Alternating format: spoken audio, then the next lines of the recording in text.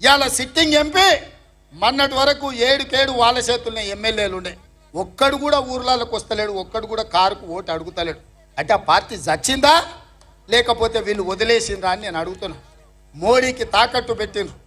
నాకు తెలుసు కేసీఆర్ బిడ్డ బెయిల్ కోసం ఇవాళ కాంగ్రెస్ను ఓడించడం కోసం నరేంద్ర మోడీతో చీకటి ఒప్పందంలో భాగంగా మహబూబ్ నగర్, చేవెళ్ళ, మల్కాజ్గిరి, భువనగిరి, జహీరాబాద్ 5 పార్లమెంట్లలో చంద్రశేఖర్ రావు నరేంద్ర మోడీని గెలిపించడానికి సుపారీ తీసుకొని బీఆర్ఎస్ కార్యకర్తలను ఇవాళ బొందబెట్టి వాళ్ళ ఆత్మ గౌరవాన్ని మోడీ కాళ్ళ దగ్గర తాకట్టు పెట్టిండు.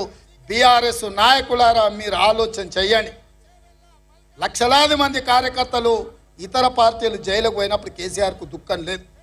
నాలాంటోని బిడ్డ లగ్గం ఉంటే కూడా వదలకుండా జైల్లో పెట్టినప్పుడు ఆయనకు బాధ తెలియలేదు.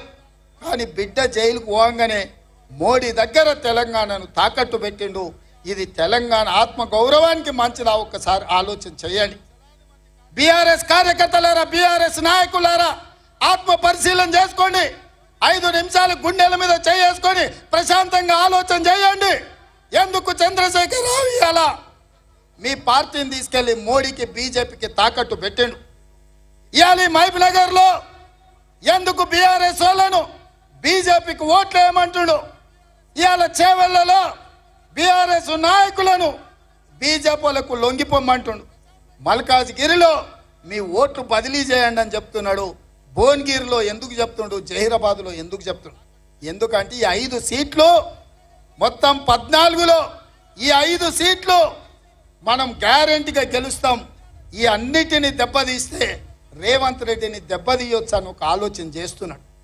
నా మీద కోపం ఉంటే నా మీద చూపియండి, చేతనైతే నాతో కొట్లాడు. మీరు మొగోళ్ళు అయితే మా కార్యకర్తలతో కొట్లాడండి. రండి గ్రామాలకు అడగండి ఓట్లు. మేము తప్పులు చేస్తే ప్రజలకు చెప్పండి. 100 రోజుల్లో నన్ను గద్దె దించమంటుండు కేసీఆర్, కానీ 10 ఏళ్ళు గద్దె మీద ఉన్న మోడీని ఎందుకు గద్దె దించమంటలేడు? మిత్రులారా మీరు ఆలోచన చేయండి. 100 రోజుల్లో నేను ఇన్ని పనులు చేసిన, ఇంకా చేయాల్సినవి ఉన్నాయి. ఇవాళ ఎన్నికల కోడ్ వచ్చింది కాబట్టి ఇవాళ రైతు రుణమాఫీ నేను చేయలేకపోయినా. అందుకే ఈ నారాయణపేట గడ్డ మీద నుంచి తెలంగాణ రైతాంగానికి 69 లక్షల రైతులకు నేను మాట ఇస్తున్నా.